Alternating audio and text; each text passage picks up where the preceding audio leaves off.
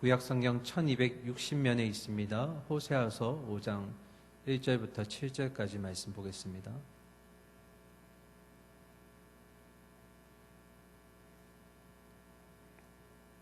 교독하시고 마지막 절은 합독하겠습니다. 1절입니다.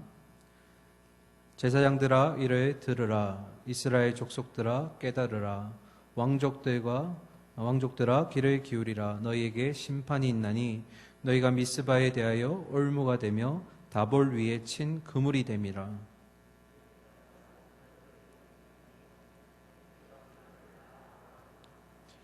에브라임은 내가 알고 이스라엘은 내게 숨기지 못하나니 에브라임아 이제 내가 음행하였고 이스라엘이 더러워졌느니라.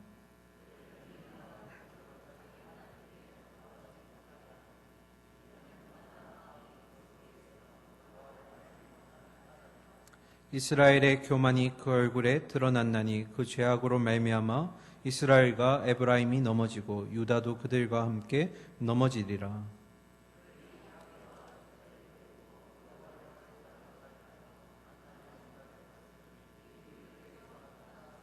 다 함께 그들이 여호와께 정조를 지키지 아니하고 사생활을 낳았으니 그러므로 세 달이 그들과 그 기업을 함께 삼키리로다. 아멘. 할렐루야. 네. 이 밤에도 주님이 우리의 현장 예배를 그치지 않고 모일 수 있게 하여 주셔서 감사드립니다. 부디 돌아가실 때 그냥 돌아가지 마시고 하나님의 풍성한 은혜 가지고 돌아가시기를 소망합니다. 오늘은 하나님을 가까이 하라는 제목으로 호세아서 5장의 말씀을 좀 나눌까 합니다. 잠깐 말씀을 되짚어 생각해보고 오늘 본문 보실 텐데요. 이 호세아가 이제 사역하는 시기는 여로보암 2세 왕이 북이스라엘을 다스릴 때였습니다. 이때는 첫 번째로는 정치적으로, 그 다음에 두 번째 경제적, 그 다음에 또 문화적으로 이 다방면에서 황금기의 시대였습니다. 무엇 하나 뒤떨어지지 않는 그런 아주 훌륭한 시기였습니다. 잃었던 땅을 다시 회복하기 시작해서 그 영토가 무려 솔로몬의 그 영토까지 회복되는 경험을 하게 됩니다. 그리고 주변의 크고 작은 국가에서 곡물이나 세금 등을 받아들이기도 하기 시작합니다. 그런데 지나온 역사를 우리가 되짚어보면 경제적으로 항상 풍성한 시기, 부흥의 시기를 경험할 때 동시에 눈에 보이지 않는 저 밑바닥에서 세속화의 물결이 일어나기 시작합니다. 그러니까 이들은 지금 자신들은 겉으로 볼 때는 황금기의 시대를 걷고 있었지만 그러나 그 황금기가 하나님이 주신 것이 아니라 자신들이 그런 성과를 이루어냈다고 생각했기 때문에 이런 성과들에 대해서 만족하고 그 삶이 교만해지고 그런 삶을 빠지기 시작했다라는 겁니다. 그래서 경제적으로 굉장히 뛰어나 보였지만 그 속에는 빈부의 격차는 점점 더 벌어지기 시작하고 그리고 이웃끼리 서로 관심이 없고 제일 큰 것은 하나님이 아닌 다른 이방신 바알신에게 가서 제사를 드리고 거기서 오는 쾌락과 만족들을 즐기고 있었다라는 겁니다. 그러면서 동시에 하나님 앞에 나아가서 제사는 그대로 드리더라. 그러니까 순종이 없는 껍데기만 있는 그런 형식만 있는 제사가 지금 이 현장에서 드려지고 있다라는 것입니다. 그런 이스라엘 백성들에게 지금 하나님이 5장에서 첫 번째로 이렇게 말씀하십니다. 1절 한번 보실까요? 제사장들아 이를 들으라. 이스라엘 족속들아 깨달으라. 왕족들아 귀를 기울이라. 너희에게 심판이 있나니 너희가 미스바에 대하여 올무가 되며 다보리에 친 그물이 됨이라. 세 부류가 나왔습니다. 첫 번째는 제사장이고 두 번째는 이스라엘 족속, 세 번째는 왕족들. 다 합치면 결국 북이스라엘 백성 전체가 이 내용을 들으라는 것입니다. 그 내용은 바로 너희 전부를 심판하겠다. 지금 그렇게 얘기하시는 겁니다. 그러면서 동시에 두 도시에 대한 이름을 지금 언급합니다. 첫 번째는 미스바, 그리고 두 번째는 다볼입니다. 이 미스바와 다볼에 대해서 조금 살펴보고 다른 내용 좀 보도록 하겠습니다. 첫 번째 미스바를 보기 위해서는 사무엘상 7장을 좀 보셔야 되는데요. 한번 말씀을 먼저 보고 배경을 나누도록 하겠습니다. 7장 3절입니다.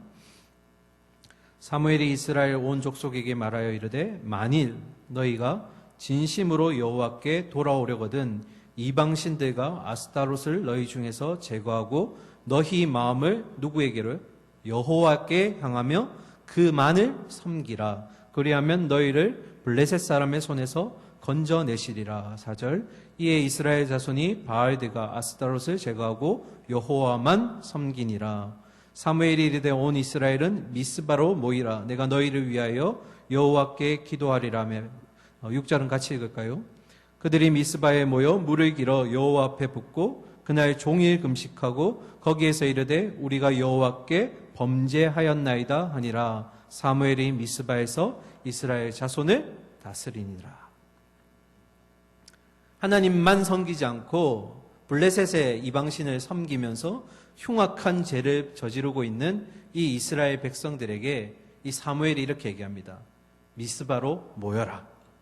왜 모였을까요? 영적인 대각성 운동을 여기에서 벌이게 됩니다. 너희가 지금 음행하고 있는 이 범죄에 대해서 다 같이 모여서 회개하자.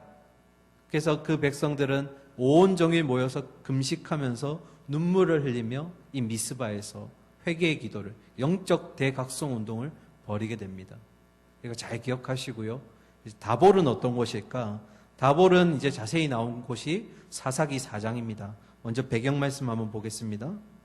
에웃이 죽으니 이스라엘 자손이 또 여호와의 목전에 악을 행하매 여호와께서 하솔에서 통치하는 가나안 왕 야빈의 손에 그들을 팔았으니 그의 군대 장관은 하롯의 탁고임에 거주하는 시스라요.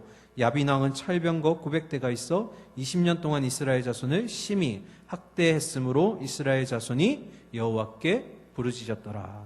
아멘. 첫 번째 사사가 온니엘이었습니다. 그리고 두 번째가 에훗, 그 다음이 세 번째가 삼갈이었습니다. 이들은 이스라엘 백성들이 죄를 짓다가 이방 나라에게 아픔을 당하게 되면 하나님 도와주세요 하고 절규할 때 보내주었던 사사들의 명단입니다. 이 사사들을 통해서 그들은 잠시나마 회복을 하게 되는데 이 회복 가운데 또 그들은 교만해지고 죄에 빠지게 됩니다. 그리고 또 울부짖습니다. 하나님 우리를 좀 도와주세요. 그때 하나님이 네 번째 사사이면서 첫 여성 사사였던 드보라라는 인물을 그들에게 보내게 됩니다. 자, 이어서 말씀 볼까요? 사사기 4장 12절입니다. 아비노함의 아들 바락이 어디에요? 다볼산에 오른 것을 사람들이 시스라에게 알림해 시스라가 모든 병거 곧 철병거 900대와 자기와 함께 있는 모든 백성을 하롯의 탁고임에서부터 기송강으로 모은지라. 드보라가 바락에게 이르되 일어나라. 이는 여호와께서 시스라를 내 손에 넘겨주신 날이라.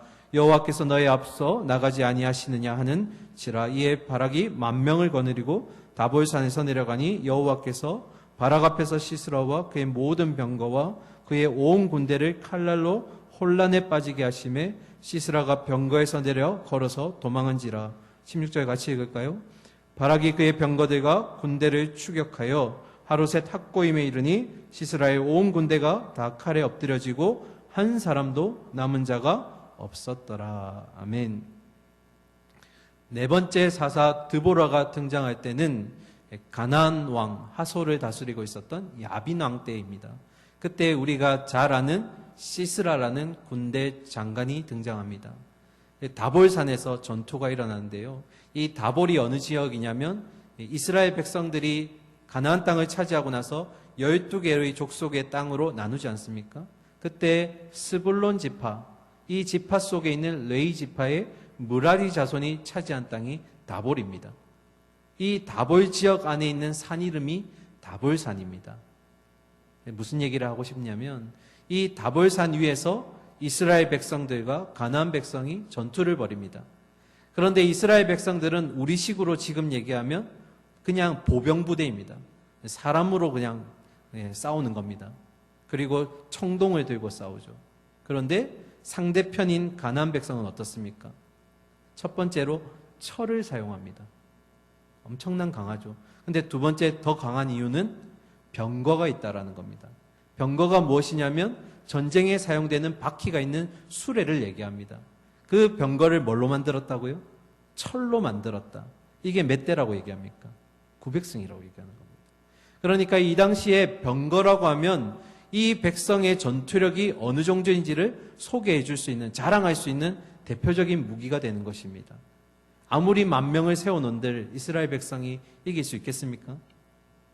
그런데 놀랍게도 이 싸움에서 이스라엘 백성이 이깁니다. 왜 이기게 되었을까요? 첫 번째로 하나님이 그들보다 먼저 앞서 싸우셨습니다. 아까 말씀해 보시면 사사기 4장 15절에 여호와께서 모든 군대를 칼날로 혼란에 빠지게 하셨다. 이렇게 기록되어 있고요. 그 다음에 두 번째로 하나님이 비를 내리십니다. 그 다볼산 옆에 있는 기송강에 비를 내리게 하심으로써 철병거가 바퀴가 이 흙탕물에 빠지게 됨으로써 최고의 장점이었던 기동성을 완전히 잃어버리게 됩니다. 그리고 나서 이 가나안 백성들의 전쟁은 모두 끝이 나게 됩니다. 이스라엘이 승리하게 됩니다. 자, 결국 다볼 그리고 미스바라는 곳은 이스라엘 백성에게 있어서 신앙의 희열을 맛본 그런 장소입니다. 회개를 하면서 하나님의 은혜를 경험했던 장소이며 동시에 질 수밖에 없었다고 생각했던 그 전쟁에서 하나님의 임재와 그리고 역전하시는 하나님의 그 희열을 맛본 장소가 이 다볼과 바로 미스바라는 것입니다. 그런데 오늘 5장 1절에 시작해서 이 호세아가 뭐라고 얘기합니까? 이런 미스바이고 이런 다볼인데 그들에게 이제 더 이상 이곳은 올무가 되고 그물이 되더라 이 말입니다. 그러니까 이스라엘 백성에게 신앙의 어떤 묘미이면서 희열의 장소였던 거기가 이제는 이방 신을 섬기는 그런 나쁜 곳이 되었고 그런 나쁜 짓들을 행하는 장소가 되어버렸다라는 것입니다. 자, 이어서 2절 말씀 볼까요? 패역자가 사륙제에 깊이 빠졌음에 내가 그들을 다 벌하노라. 두 가지 해석이 가능합니다. 첫 번째, 있는 그대로 문자적으로 해석하면 그들의 탐욕과 그들의 어떤 쾌락이 어느 정도까지 이어졌냐면 사람을 죽이면서 느끼는 쾌락까지 이어졌다. 이렇게 해석할 수도 있고요. 두 번째로 상징적으로 해석한다 하더라도 그들이 사람을 죽일 정도의 그 정도의 자기만족과 쾌락에 지금 빠져 있는 상태다. 그러니까 지금 아무것도 눈에 보이는 게 없는 겁니다. 오로지 자기의 만족, 오로지 자기의 쾌락, 이것을 채우기에 지금 이스라엘 백성들이 열부를 가리고 막 가리지 않고 지금 앞서서 그걸 채우기 위해서 지금 노력하고 있다라는 것입니다. 그런데 그 뒤에 하나님이 뭐라고 하셨습니까? 내가 다 그들을 벌하겠다. 하나님이 그들을 심판하시겠다라고 지금 선언하신 겁니다. 자, 이어서 3절 볼까요? 에브라임은 내가 알고 이스라엘은 내게 숨기지 못하나니 에브라임아 이제 내가 음행하였고 이스라엘이 더러워졌느니라. 아멘. 에브라임은 보통 북이스라엘을 나쁘게 얘기할 때 주로 대표성을 가진 이름으로 등장합니다. 그러니까 지금 북이스라엘이 하는 죄들이 음행이 보이지 않는 것처럼 은밀하게 행하는 것 같지만 사실은 누구 눈에는 보인다는 겁니까? 하나님 눈에는 보인다는 겁니다. 그래서 제가 이 말씀을 보면서 갑자기 탁 시편 말씀이 떠올랐는데요. 시편 139편에 이렇게 되어 있습니다. 1절부터 볼까요? 여호와여 주께서 나를 살펴보셨으므로 나를 아시나이다. 주께서 내가 앉고 일어섬을 아시고 멀리서도 나의 생각을 밝게 하시오며 나의 모든 길과 내가 눕는 것을 살펴보셨으므로 나의 모든 행위를 익히 아시오니 여호와여 내 혀의 말을 알지 못하시는 것이 하나도 없으시나이다. 아멘. 이걸 줄여서 얘기하면 저는 4글자로 코람데오라고 얘기합니다. 하나님 앞에서라고 얘기합니다. 그런데 우리는 이 코람데오라는 단어를 사용할 때 왜곡할 때가 굉장히 많고 오해할 때가 많다라는 겁니다. 주로 어떻게 사용하냐면 하나님께서 나를 이 녀석이 죄를 짓는지 안 짓는지를 24시간 눈을 부릅뜨고 살펴보시면서 막 지켜보시는 어떤 파파라치 같이 스토커처럼 이렇게 지금 이 단어를 왜곡한다라는 것입니다. 그런데 이 코람데오라는 단어 속에는 그런 의미가 아니라 아주 긍정적이고 좋은 의미가 담겨져 있습니다. 아까 자막에 잠깐 나왔었는데요. 다시 한번 보여주실까요? 코람데오의 정확한 의미는 이겁니다. 매 순간 하나님 앞에 서 있는 사람처럼 하나님의 뭐 아래 살아가라고요? 영광 아래 살아가라는 겁니다. 그러니까 하나님이 이 녀석이 죄를 짓나 안 짓나 이렇게 눈동자를 부릅뜨시고 보시는 그런 부정적인 의미가 아니라 내가 하나님이 매 순간마다 나를 지켜보시고 계시는 듯이 그렇게 살아가지만 그런 가운데 하나님의 영광이 내게 임함으로써 주시는 평안과 그런 기쁨이 하루하루에 내게는 뭐가 되는 겁니까? 감격이 되는 겁니다. 하나님이 오늘도 나를 바라보시면서 나에게 평안을 주시고 기쁨 주시기를 원하시는구나. 그런 신앙의 희열을 가질 수 있게 만드는 단어가 바로 코람데오라는 겁니다. 그런데 우리는 이 단어를 너무 부정적으로 해석할 때가 많다라는 겁니다. 오늘 여기 계신 모든 분들께 부탁드립니다. 우리 모두 코람데오의 삶을 살기를 소망합니다. 그런데 문제는 뭡니까? 하나님과 매일매일 누리는 삶, 그 친밀한 교제 속에서 이 코람데오의 삶은 신앙의 묘미와 희열을 맛볼 수 있는 그런 삶이 코람데오의 삶이라는 것입니다. 그런 삶을 사시기를 축복하고 소망합니다. 자, 이어서 4절 보겠습니다. 그들의 행위가 그들로 자기 하나님에게 돌아가지 못하게 하나니 이는 음란한 마음이 그 속에 있어 여호와를 알지 못하는 까닭이라. 아멘. 이스라엘 백성들이 그들의 죄로 말미암아 하나님으로부터 점점 멀어지고 있습니다. 여기서 우리는 죄의 한 가지 독특한 성격을 볼 수 있습니다. 그것은 무엇이냐면 죄를 지으면 지을수록 하나님께로 나아가는 길을 못 찾는다라는 것입니다. 영적인 소경이 되어버린다는 겁니다. 그러면서 제사를 드리면 드릴수록 순종이 없는 형식만 있는 제사이기 때문에 죄가 오히려 눈덩이처럼 점점 불어나게 되는 것입니다. 저도 이제 주말 지나고 나면 평일에 저희 아내와 마트를 자주 가고는 하는데요. 가면 물건을 살 때 큰 마트에 가면 아무리 표시를 해도 좀 찾기가 힘들 때가 많죠. 그럴 때 남자들은 참 독특하게도 무슨 자존심 때문인지 모르겠지만 물건이 어디 있는지도 모르면서 찾을 때까지 끝까지 묻지 않고 따라갑니다. 물건이 어디 있는지도 모르면서 내가 찾아내리라 하는 그런 마음으로 끝까지 찾아갑니다. 그리고 찾고 나면 뭔가 희열이 있는지 모르겠지만 어쨌든 대부분의 남자들은 저도 그렇지만 끝까지 쫓아갑니다. 물품이 어디 있는지. 그런데 쉬운 방법이 하나 있죠. 누구에게 물어보면 됩니까? 옆에 있는 직원에게 물어보면 몇째 칸에 몇 번째에 있어요. 그 질문만 들으면 바로 가서 살 수 있는데 이상하게 남자들은 어떻게 하나요? 계속 말도 없이 그냥 걸어갑니다. 찾을 때까지. 그런데 우리의 신앙의 모습이 그렇다라는 겁니다. 내가 어떤 길로 가야 할지, 어느 길이 바른 길인지 알기 위해서는 그 길을 전 인생을 만들어 두시고 나보다 나를 더 잘 아시는 누구에게 물으면 됩니까? 하나님께 물으면 되는 겁니다. 그런데 우리는 우리의 그 고집들과 아집들과 몇 안 되는 경험들을 가지고 끝까지 이 길을 내가 만들어서라도 찾아가 보겠다라는 그런 우리 안에 교만함이 있다라는 겁니다. 그 길이 막혔을 수도 있고 그 길이 막다른 절벽일 수도 있고 그런데도 불구하고 내가 하나님께 묻지 않고 마치 그 길이 진짜 하나님이 예비하신 길인 것처럼 자꾸 그렇게 만들어서 걸어가려고 한다는 겁니다.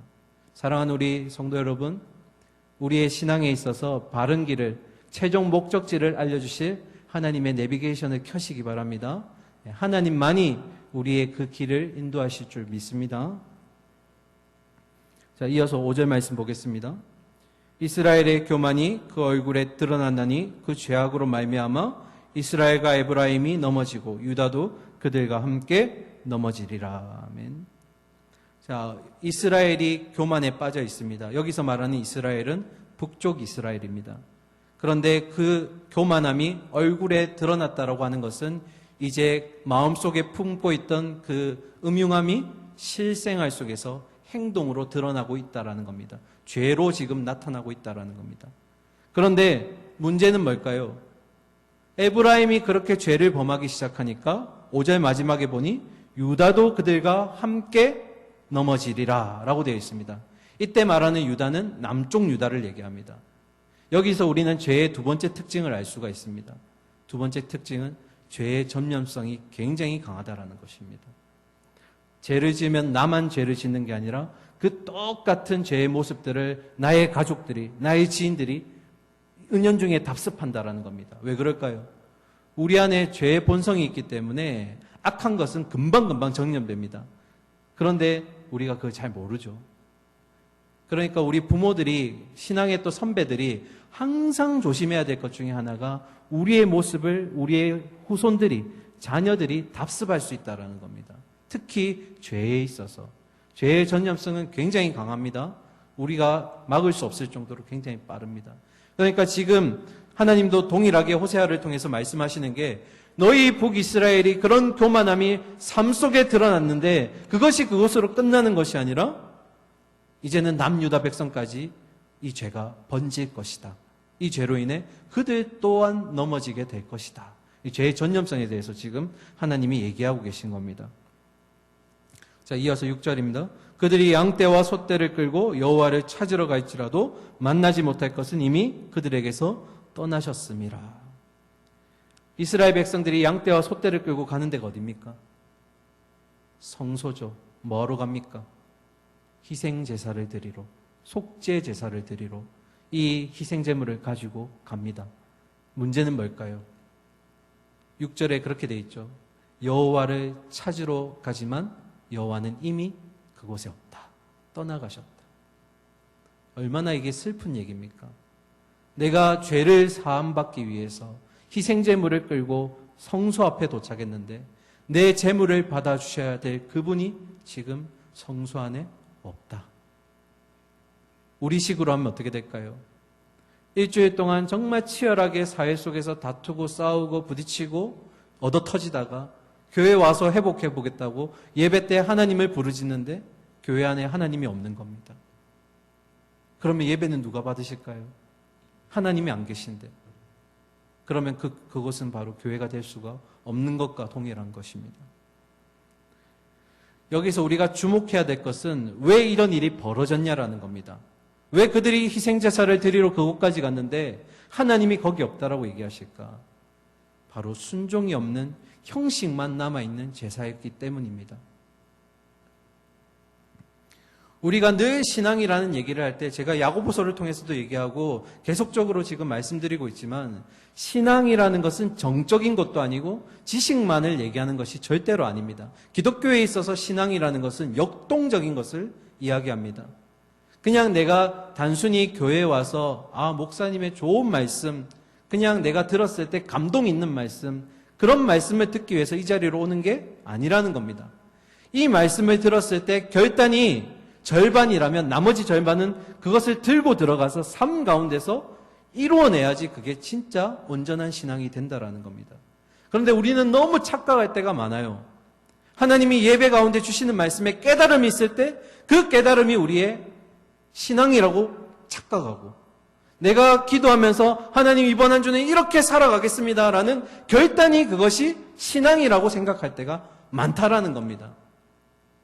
그거는 반쪽짜리 신앙입니다. 진짜 온전한 신앙은 뭐라고요? 나의 주어진 삶의 자리까지 가서 이 말씀 붙들고 어떻게든 살아내보는 겁니다. 도대체 이 말씀 가지고 내 삶에 어떻게 적용시킬 수 있을까? 정말 치열하게 고민해보고 말씀대로 살아보려고 애쓰고 노력하고 그리고 한 주 지나서 돌아왔을 때 우리의 고백이 뭐가 돼야 된다고요? 하나님, 내가 지난 한 주에 이런 말씀을 받았는데 지키지 못해서 죄송합니다. 이런 말이 아니라 하나님, 한 주 동안 이 말씀대로 이렇게 살아보니까 나의 신앙생활 가운데 이런 하나님의 은혜가 있었습니다. 그런 신앙의 어떤 묘미와 어떤 하나님이 주시는 감동과 그런 간증들이 내 안에서 다시 신앙생활이 재밌구나.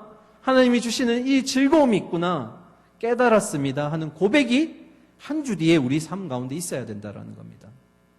사랑하는 우리 성도 여러분, 다음 주에 금요철에 오실 때는 우리 가운데 이런 고백이 있기를 소망합니다. 단순히 그냥 지식으로 결단함으로 끝나는 것이 아니라 나의 삶의 자리에서 하나님 이렇게 말씀대로 살아보았습니다.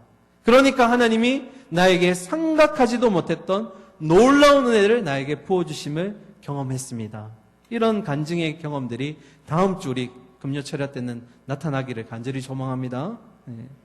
자, 이어서 7절 보겠습니다. 마지막 절입니다. 함께 읽으실까요?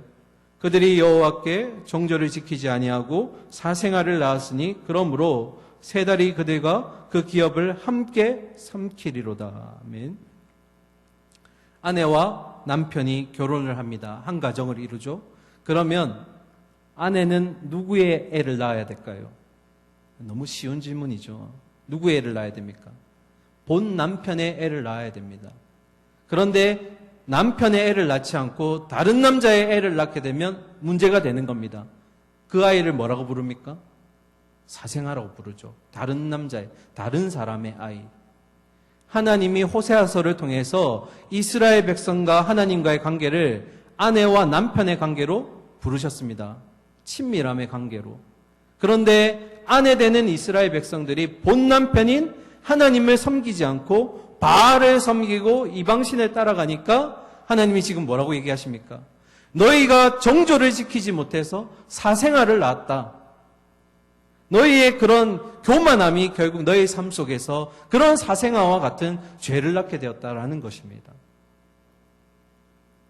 그러면서 하나님이 계속 이어서 이렇게 얘기하시죠. 그러므로 세 달이 그들과 그 기업을 함께 삼키리로다.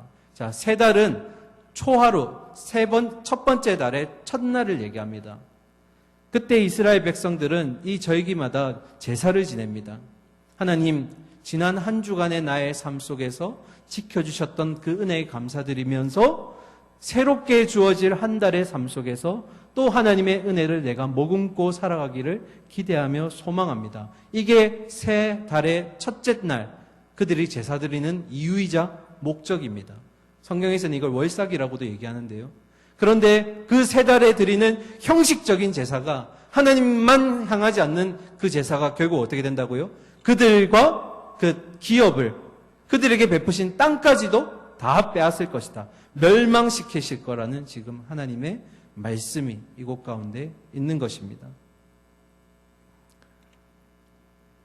성경을 자세히 보시면 이스라엘 백성들이 죄를 지을 때마다 하나님의 어떤 괴로움을 허용하셨고 그때마다 이스라엘 백성들은 눈물로 하나님께 나아갑니다.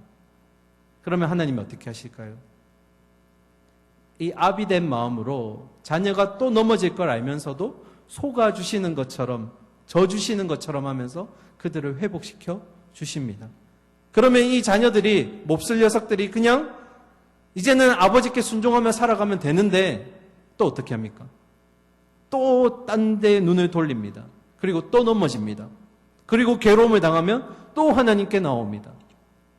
이런 성경의 역사가 오늘날 우리의 삶 가운데도 동일하게 일어나고 있다는 겁니다. 그러니까 제가 제일 안타까운 게 뭐냐면 이 힘들고 어려울 때 하나님을 찾는 그 마지막에 그 고백되는 눈물이 거짓이 되어버린다는 겁니다. 우리에게서 눈물 흘린다는 건 어떤 의미입니까? 정말 내가 간절히 회복되기를 원하고 하나님 앞에서 깨끗해지기를 원하겠다라는 어떤 우리의 감정의 정말 절정의 표현이지 않습니까? 그런데 그것이 결단으로만 끝나버리고 삶으로 이어지지 않으니까 이 눈물마저도 뭐가 되는 겁니까? 거짓이 되어버리는 겁니다. 우리 또한 이런 눈물의 함정에 빠질 수 있다는 겁니다. 죄로 인해서 고통 중에 하나님을 찾을 때 내 이 먹먹했던 가슴이 나의 눈물이 되고 그런 고백이 하나님 다시는 그러지 않겠습니다. 이제는 하나님과 정말 코람데오의 삶을 살고 싶습니다라고 고백하며 결단하며 이 자리를 나갔던 우리가 다음 주가 되고 또 다음 주가 되면 또 그런 눈물의 함정 속에서 살아간다라는 것입니다. 그렇게 하면 절대로 우리의 삶이 변화되지 않습니다. 우리의 신앙의 결단이 있었다면, 눈물의 고백이 있었다면 그것은 결국 변화와 고침의 흔적들이 우리의 삶에 나타내야 된다라는 것입니다. 이제 말씀을 마치고 가는데요. 저는 늘 신앙에 있어서 우리가 정말 가슴에 마지막 품어야 될 그 마음은 무엇일까? 저는 그 야고보서에서 야고보가 4장 8절에 얘기했던 하나님을 가까이 하라. 이것이 늘 신앙의 결론이라고 생각합니다. 뭐라고요?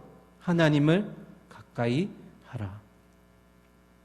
오늘 특별히 하나님을 가까이 할 때 4가지 축복에 대해서 우리가 한번 딱 마무리하고 기도의 자리로 나갔으면 좋겠습니다. 첫 번째로 하나님께 가까이 하면 우리의 고집과 불안함이 사라집니다. 믿으십니까? 두 번째, 하나님을 가까이 하면 사탄 마귀의 유혹으로부터 멀어질 줄 믿습니다. 아멘. 세 번째, 하나님을 가까이 하면 어떤 어려움 속에서도 우리는 인내할 수 있습니다. 아멘. 마지막, 하나님을 가까이 하면 우리의 삶 속에 세상이 줄 수 없는 그런 평안과 그리고 축복이 임할 줄 믿습니다. 뭘 할 때요? 하나님을 가까이 할 때. 하나님만 내 남편으로, 나의 신앙의 유일한 신으로 그렇게 친밀한 교제가 있을 때, 하나님을 가까이 할 때, 늘 친밀함 속에 코람데오의 삶을 살아갈 때, 하나님의 그 영광이 우리의 삶 가운데 빛을 내려주시고 우리의 삶 가운데 그런 평안과 축복을 주실 줄 믿습니다. 오늘도 우리의 주어진 삶의 자리에서 하나님의 임재를 충만히 경험하시는 가운데 나를 이끄시는 하나님의 그 역동적인 은혜가 오늘 우리에게 하루하루를 살아가는 우리에게 축복이 되고 힘이 될 수 있고 원동력이 될 수 있기를 간절히 소망하고 축원합니다. 아멘. 우리 함께 이 시간 찬양하고 우리 주신 말씀과 그리고 같은 기도 제목을 가지고 함께 기도하며 나가겠습니다.